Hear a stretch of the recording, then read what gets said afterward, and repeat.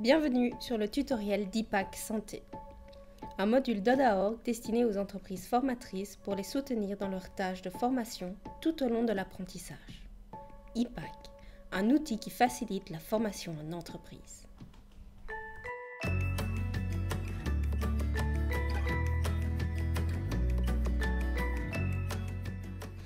Oda.org est un programme de gestion de procédés et de données créé pour les organisations du monde du travail.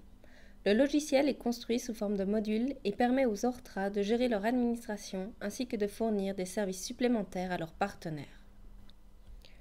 Suite au développement continu et rapide des métiers ASCC et ASA, plusieurs ORTRA ont souhaité mettre à disposition des entreprises un outil qui les aide à planifier la formation en entreprise et qui facilite la réalisation des contrôles de compétences. Par la suite, un projet de coopération a été lancé avec les organisations du monde du travail suivantes: Oda Gesundheit Beider Basel, Oda Gesundheit und Soziales Aargau, Oda Gesundheit Zürich, Stiftung Oda Gesundheit und Soziales Solothurn, l'Ordre Santé Sociale Fribourg et Oda Gesundheit Bern. Ces organisations ont développé et conçu ensemble un nouveau module pour Oda.org, IPAC Santé. IPAC Santé a été financé par ces organisations du monde du travail. Grâce à ce travail de coopération et à la participation financière de votre ORTRA, votre entreprise peut bénéficier d'une utilisation gratuite du produit IPAC. IPAC signifie Elektronische Praxisausbildung konkret, en français, formation pratique concrète sous forme électronique, et est totalement intégré à Oda.org. Vous avez donc accès aux fonctions IPAC Santé avec votre identifiant personnel Oda.org. L'utilisation d'IPAC Santé est réglée différemment en fonction des cantons. Veuillez donc, s'il vous plaît, prendre note des directives spécifiques à votre canton. Ces directives concernent également d'autres sujets importants, tels la définition des rôles, l'archivage des données, la protection des données, ainsi que les conditions techniques et le support. IPAC sera continuellement amélioré sur la base des premières expériences faites par ses utilisateurs, à savoir les responsables de formation dans les entreprises. Des adaptations individuelles pour votre entreprise sont en principe possibles. À ce sujet, vous voudrez bien prendre contact avec votre ORTRA. Ce tutoriel présente maintenant brièvement les différentes fonctions proposées par IPAC Santé.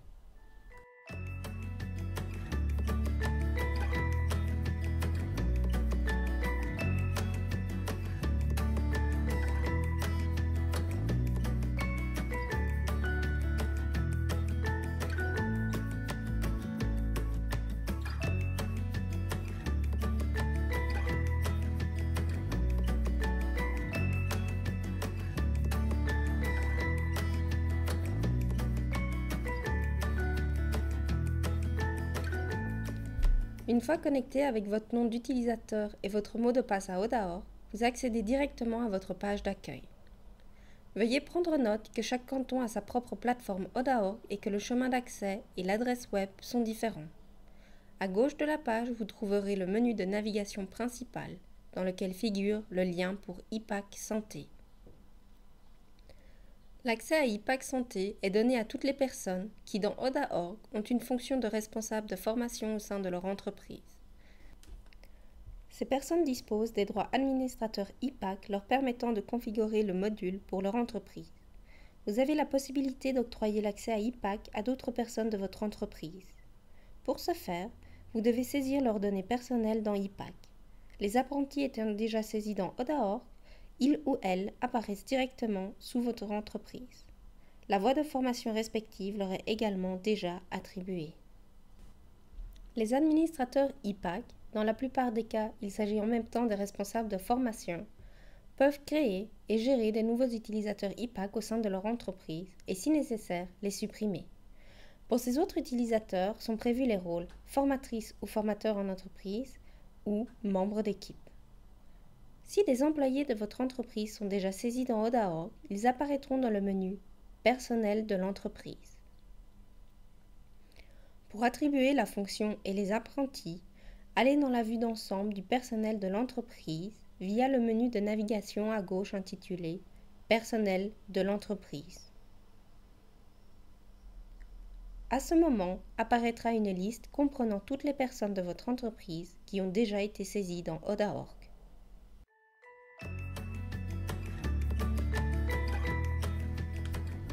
Pour saisir une nouvelle personne et créer son identifiant, veuillez cliquer sur le bouton « Nouvelle entrée ». Vous pouvez maintenant compléter les champs requis. Veuillez prendre note que tous les champs munis d'un astérisque sont obligatoires et doivent impérativement être complétés.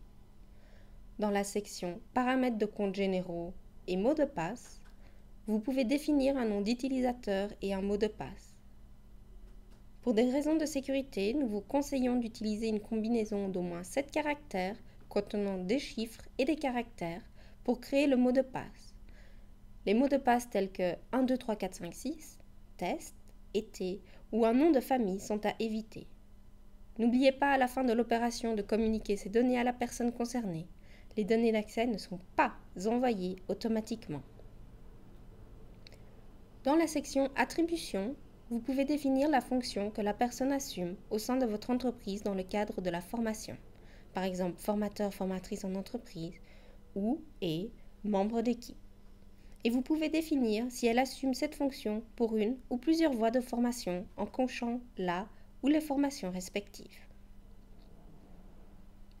Après avoir défini la fonction adéquate dans la section Attributions, vous devez encore définir les responsabilités, c'est-à-dire définir les apprentis pour lesquels la personne assumera cette fonction. De ce fait, vous fixez quelle personne est responsable de quel apprenti. Si nécessaire, cette responsabilité peut être limitée dans le temps. Veuillez prendre note que la limitation temporelle n'est nécessaire que si vous souhaitez clairement limiter cette responsabilité. Par exemple, dans le cas d'un stage de l'apprenti dans une autre institution ou dans un autre service. Si vous laissez ces champs vides, la responsabilité de la personne reste valable pour toute la durée de l'apprentissage.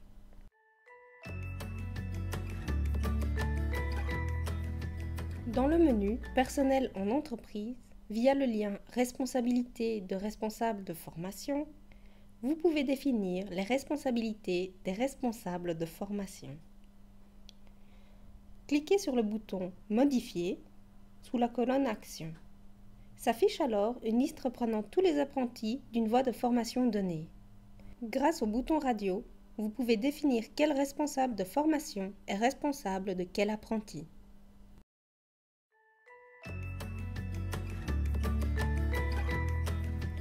Sous Paramètres de l'entreprise, vous pouvez définir les droits que vous attribuez aux personnes et respectivement à leurs fonctions, par exemple membre de l'équipe, pour la planification de la formation. Veuillez noter que les droits sont déjà définis par défaut. Vous ne devez donc modifier ces droits que lorsque vous désirez sciemment vous écarter du standard. Pour attribuer des droits, cliquez sur Paramètres de l'entreprise, Droits pour la planification, Modifier. Choisissez le plan de formation souhaité.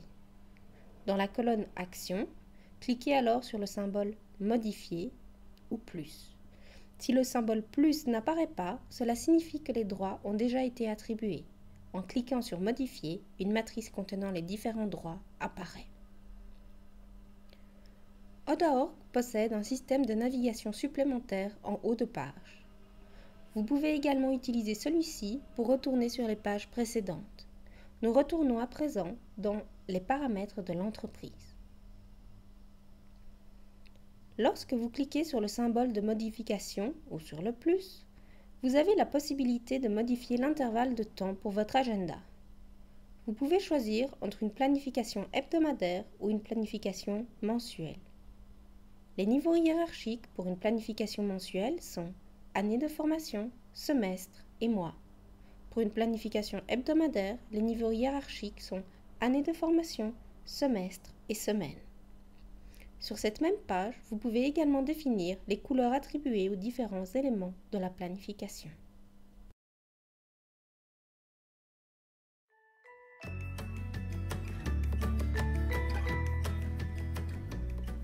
Les entreprises qui offrent des formations internes peuvent au besoin créer des éléments de formation propres. Pour ce faire, cliquez sur IPAC Santé, Plan de formation, Programme de formation, Éléments de formation. Vous avez à l'écran une liste de tous les éléments de formation standard mis à votre disposition. Cliquez sur Nouvelle entrée. choisissez en premier le programme de formation et l'entreprise pour lesquelles le nouvel élément va être créé et donnez à ce dernier un nom pertinent. Si nécessaire, vous pouvez choisir un code couleur pour l'élément. Ensuite, vous pouvez définir le semestre pour lequel cet élément de formation doit être disponible pour la planification. Si l'élément doit apparaître dans tous les semestres, vous devez cocher « Tous les semestres ». Si souhaité, vous pouvez également limiter l'exécution de cet élément à une ou plusieurs fois par semestre, par exemple une fois par semestre. Enfin, vous devez également définir les droits pour la planification que vous voulez attribuer aux différentes fonctions. Dans cette partie, vous définissez donc à qui le droit de lire, rédiger, modifier ou supprimer cet élément de formation. Vous pouvez avoir un aperçu de tous les domaines de compétences opérationnelles en cliquant sur IPAC Santé, Plan de formation, Programme de formation, Modèle de programme. Vous voyez ici à quel moment l'ordonnance de formation prévoit de travailler quelles compétences. Si votre entreprise utilise ses propres modèles pour la formation, vous pouvez les télécharger sur IPAC. Cliquez sur IPAC Santé, Plan de formation, Modèle et rapport, puis sur le bouton Nouvelle entrée. Vous pouvez à présent associer un modèle à une formation, lui donner un titre pertinent et charger le document souhaité. Ces modèles sont à présent disponibles sous le menu déroulant Modèles et rapports sur la page principale de planification de formation.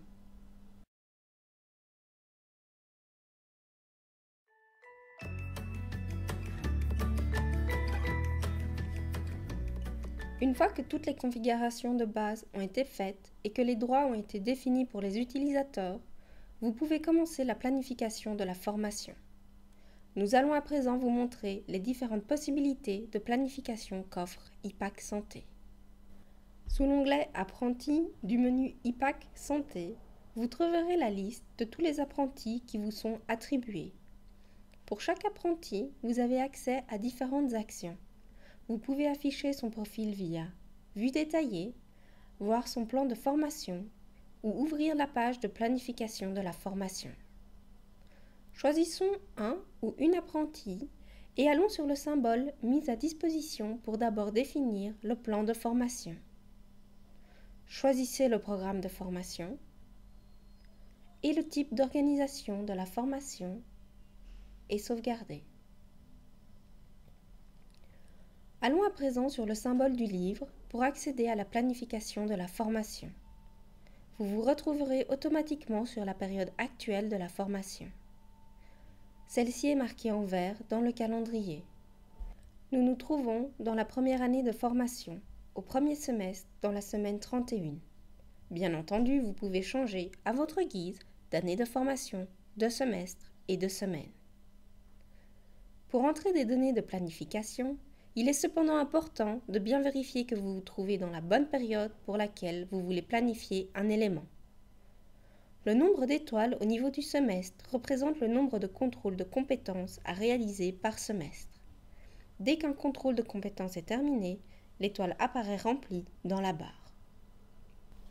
Sous les barres du calendrier, vous trouverez une visualisation des différents rendez-vous prévus, tels que les jours de cours en école professionnelle, les cours interentreprises, les vacances scolaires et les vacances privées de l'apprenti. Un tuyau, vous pouvez saisir ces absences, par exemple les vacances de l'apprenti, grâce au symbole de l'avion sur la vue d'ensemble des apprentis. Dès que vous positionnez la souris au-dessus d'une zone verte, ces détails sont affichés. Nous vous montrons maintenant comment saisir un rendez-vous. Sous la rubrique Modèles et rapports, vous avez à votre disposition tous les modèles et documents liés à la formation qui peuvent être utilisés et sauvegardés. Vous trouvez également dans cette section les éventuels documents propres à votre entreprise que vous avez déjà téléchargés. Sur la même page, vous trouverez la rubrique Planification des compétences ainsi que l'agenda de la semaine ou du mois contenant les données de la période choisie. Nous allons maintenant vous présenter les différentes fonctions de la planification d'IPAC. Nous vous conseillons de bien réfléchir au préalable à quel degré de détail vous souhaitez décliner cette planification dans votre entreprise. Vous pouvez par exemple réaliser une planification grossière des compétences au début de formation et l'affiner par la suite au fur et à mesure durant l'apprentissage. Ou, si vous le préférez, vous pouvez planifier la formation semestre par semestre ou mois après mois. IPAC vous offre de nombreuses possibilités de planification sur des périodes de temps variables et adaptables.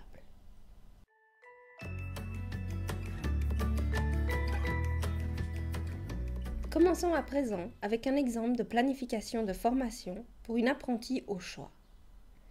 Cette planification peut être faite en début de formation, en début de semestre ou à n'importe quel moment de la formation.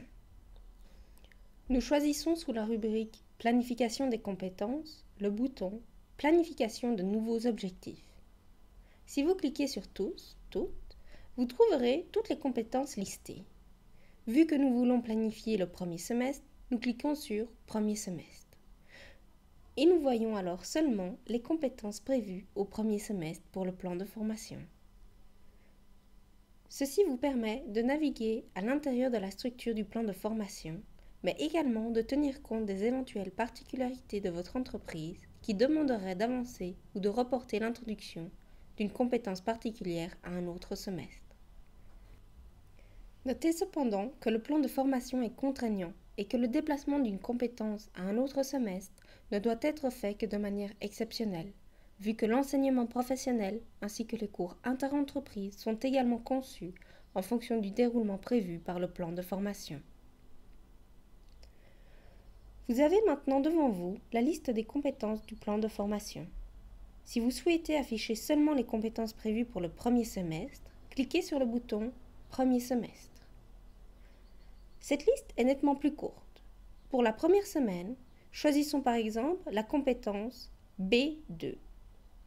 Lorsque vous cliquez dessus, un menu déroulant s'ouvre et vous voyez toutes les aptitudes et attitudes liées à cette compétence.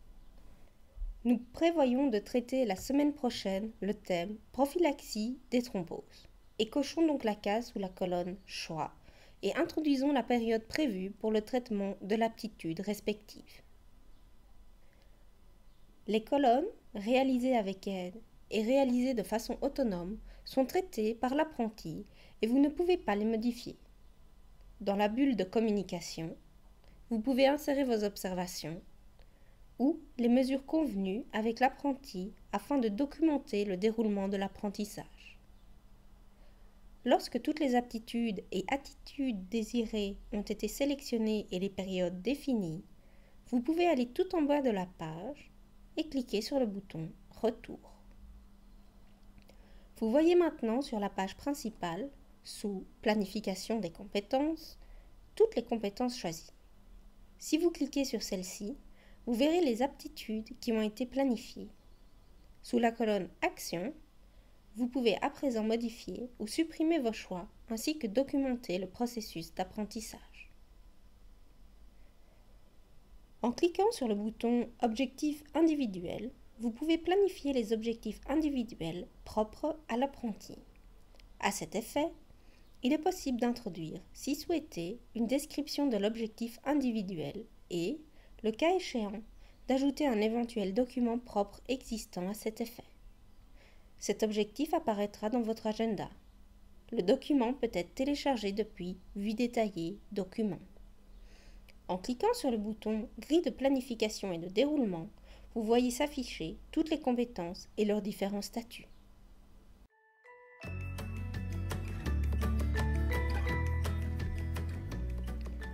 Retournons à présent sur la page principale sous la section Agenda. Les jours de cours interentreprises ainsi que les thèmes de ces cours sont directement affichés dans l'agenda de l'apprenti. Vous pouvez également planifier différents éléments de formation ou autres rendez-vous individuels. Cliquez sur le plus et choisissez l'élément de formation à planifier, par exemple un entretien structuré, et complétez les données demandées. Nous planifions l'entretien pour le 10 novembre 2017. En cliquant sur la semaine 45 sur la barre calendrier en haut de page, vous verrez s'afficher le rendez-vous dans l'horaire de l'apprenti. Par la suite, nous allons planifier toutes les 2 semaines la remise du journal d'apprentissage et allons donc réitérer ce rendez-vous. Pour des rendez-vous, Autre que des éléments de formation, choisissez « Divers » dans le menu déroulant et complétez les informations requises. Tous les documents qui sont téléchargés pour un rendez-vous sont accessibles sous « Vue détaillée des documents ». Pour avoir une vue d'ensemble de tous les rendez-vous, vous pouvez télécharger un document Word en cliquant sur le bouton « Agenda semestriel ». Vous pouvez également visionner votre plan du semestre sous forme d'un tableau Excel en cliquant sur le bouton « Plan du semestre » et l'imprimer en cas de besoin.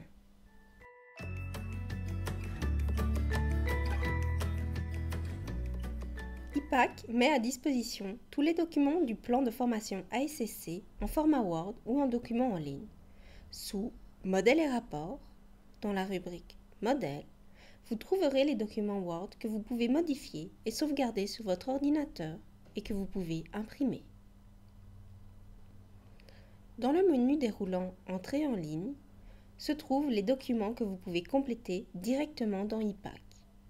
Notez que les apprentis ont la possibilité de rédiger leur journal d'apprentissage directement dans IPAC, tout comme les parties du rapport de formation les concernant. Ils peuvent également y travailler la partie réflexion dans le cadre du contrôle de compétences. Le contenu rédigé par l'apprenti complète automatiquement le document et une fois toutes les parties sauvegardées, vous retrouverez le document sous Résultats et Analyse. Si vous voulez intégrer vos propres documents à IPAC, veuillez s'il vous plaît le faire via Plan de formation, Modèles et rapports, Nouvelle entrée.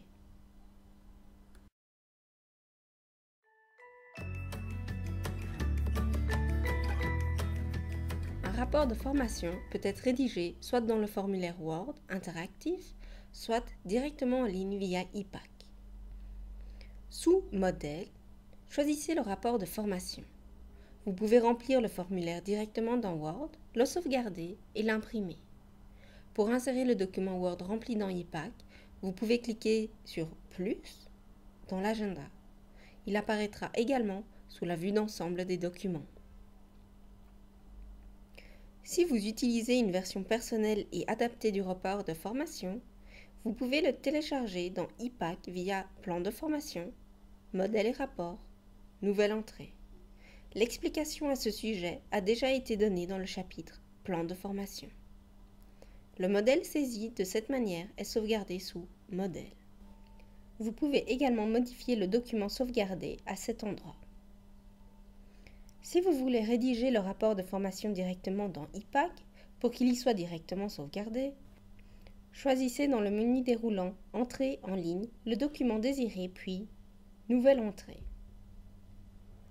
Complétez les parties vous concernant et dès que vous l'aurez sauvegardé, l'apprenti pourra compléter ces parties.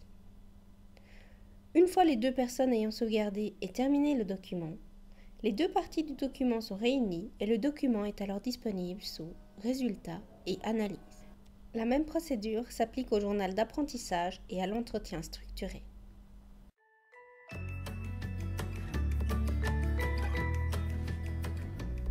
Selon le plan de formation basé sur la 3e ordonnance de formation ASSC, il est obligatoire de réaliser une fois par semestre une évaluation sommative sous forme de contrôle de compétences, et ceci du 1er au 5e semestre. IPAC fournit les documents nécessaires pour la planification, la réalisation et l'évaluation de ce contrôle de compétences. Avant la planification d'un contrôle de compétences, il est important de vérifier si vous vous trouvez dans le bon semestre. Le semestre actif est marqué en vert sur la page principale. Nous voulons par exemple réaliser un contrôle au 3e semestre. Les modèles et rapports se trouvent dans le menu déroulant des entrées en ligne où vous pouvez choisir le document « Contrôle de compétences ». La première étape consiste alors à définir la compétence opérationnelle que vous pouvez sélectionner grâce au menu déroulant. La liste contient toutes les compétences qui peuvent être évaluées au 3e semestre, ainsi que les compétences des 1er et 2e semestres qui n'auraient pas encore été contrôlées. Nous prenons par exemple la compétence B5 et définissons dans la prochaine étape le formateur ou la formatrice qui effectuera ce contrôle. La date et l'heure du contrôle devront alors être définies. Au cas où la durée réelle de l'examen aurait été modifiée au cours de la réalisation du contrôle, la durée saisie initialement à cet endroit pourra être modifiée ultérieurement. Saisissez également l'heure du débriefing ainsi que l'endroit du contrôle. Dans la case « Remarques », vous avez la possibilité de saisir des informations complémentaires individuelles. Il est obligatoire de remplir les champs munis d'un astérisque, les autres champs sont optionnels. IPAC remplit automatiquement toutes les informations utiles qui sont disponibles dans le système. N'oubliez pas de sauvegarder vos données. Dans l'option « Imprimer », vous pouvez choisir les compétences transversales que vous souhaitez voir apparaître sur une feuille de protocole à part. Si rien n'est coché, les compétences transversales sont intégrées au protocole relatif à la compétence B5. Vous obtenez un aperçu avant impression de vos données. En cliquant sur « Imprimer », vous générez un document Word dans lequel vous pouvez choisir quelle page vous voulez imprimer. Pour la réalisation de la partie pratique du contrôle de compétences, nous vous conseillons d'imprimer la première feuille et le protocole d'évaluation. Pendant la partie pratique du contrôle de compétences, la formatrice ou le formateur remplit la grille d'évaluation. Cette dernière est générée automatiquement par IPAC et contient les contenus correspondants à la compétence à évaluer. Dans la première colonne, vous trouverez les compétences transversales. La deuxième colonne indique les aptitudes et attitudes liées à la compétence B5. La colonne de droite peut être utilisée pour des notes manuelles décrivant vos observations. Après la partie pratique, l'apprenti doit réaliser la partie réflexion par écrit. Celle-ci se fait en règle générale avec un traitement de texte sur les pages 6 et 7 du formulaire Word ou directement en ligne dans IPAC. Pour rédiger sa réflexion directement dans IPAC, l'apprenti doit se connecter à Oda.org et ouvrir le document « Réflexion » qui se trouve dans les entrées en ligne. Dans ce document, l'apprenti note ses argumentations et réflexions relatives aux questions posées dans le formulaire. L'apprenti a accès à ce document uniquement pendant le temps imparti pour la partie écrite. Après, le document sera automatiquement bloqué et ne pourra plus être modifié par l'apprenti. La formatrice ou le formateur commence à présent l'évaluation des 3 parties de l'examen. Dans la première partie pratique, les critères de réussite sont soit remplis, soit non remplis. Le système calcule automatiquement les points. La deuxième partie pratique contient une évaluation générale. Les appréciations vont de « les aptitudes et attitudes sont largement acquises » à « l'exécution de la tâche ne répond pas du tout aux exigences de la situation ». La troisième partie, l'évaluation de la partie écrite, à savoir l'évaluation de la réflexion, est à nouveau basée sur différents critères qui sont soit remplis, soit non remplis. Des remarques peuvent être ajoutées à chaque étape de l'évaluation. Veuillez vérifier avec soin les données entrées avant de sauvegarder définitivement. Après la sauvegarde des données, vous arriverez sur la page de résultats. Si vous constatez qu'une donnée doit encore être modifiée, cliquez sur le bouton « Évaluation » et effectuez les changements nécessaires. Les données sont sauvegardées définitivement une fois que vous cliquez sur « Clôturer ». Si la note finale est insuffisante, vous devez obligatoirement définir des mesures de soutien. Celles-ci peuvent être directement saisies via la page de résultats. Les documents complétés peuvent à nouveau être imprimés. Votre ORTRA définit quels documents doivent être imprimés et archivés dans le dossier personnel de l'apprenti. Les contrôles de compétences clôturés se retrouvent dans la rubrique « Résultats et analyse » et peuvent être visualisés et imprimés à tout moment. En cliquant sur le bouton « Vue d'ensemble contrôle de compétences », vous obtenez la vue d'ensemble de tous les contrôles des compétences d'un ou d'une apprentie. Sur la page principale, dans la barre du semestre, une étoile remplie apparaît lorsque un contrôle a été réalisé et terminé.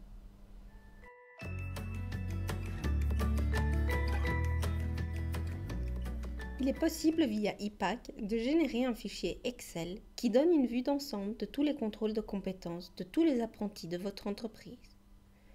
Ceci permet par exemple aux responsables de formation de voir si certains apprentis ou certaines apprenties de l'entreprise ont obtenu des résultats insuffisants lors de leur contrôle. Retournez sur la vue d'ensemble de tous vos apprentis et cliquez sur la flèche à côté du bouton « Analyse des données ». Puis choisissez l'analyse que vous souhaitez visualiser. Vous serez conduit sur le formulaire qui vous permet de définir les données que vous voulez analyser. Pour notre exemple, nous choisissons toutes les possibilités et les données respectives sont présentées dans le fichier Excel.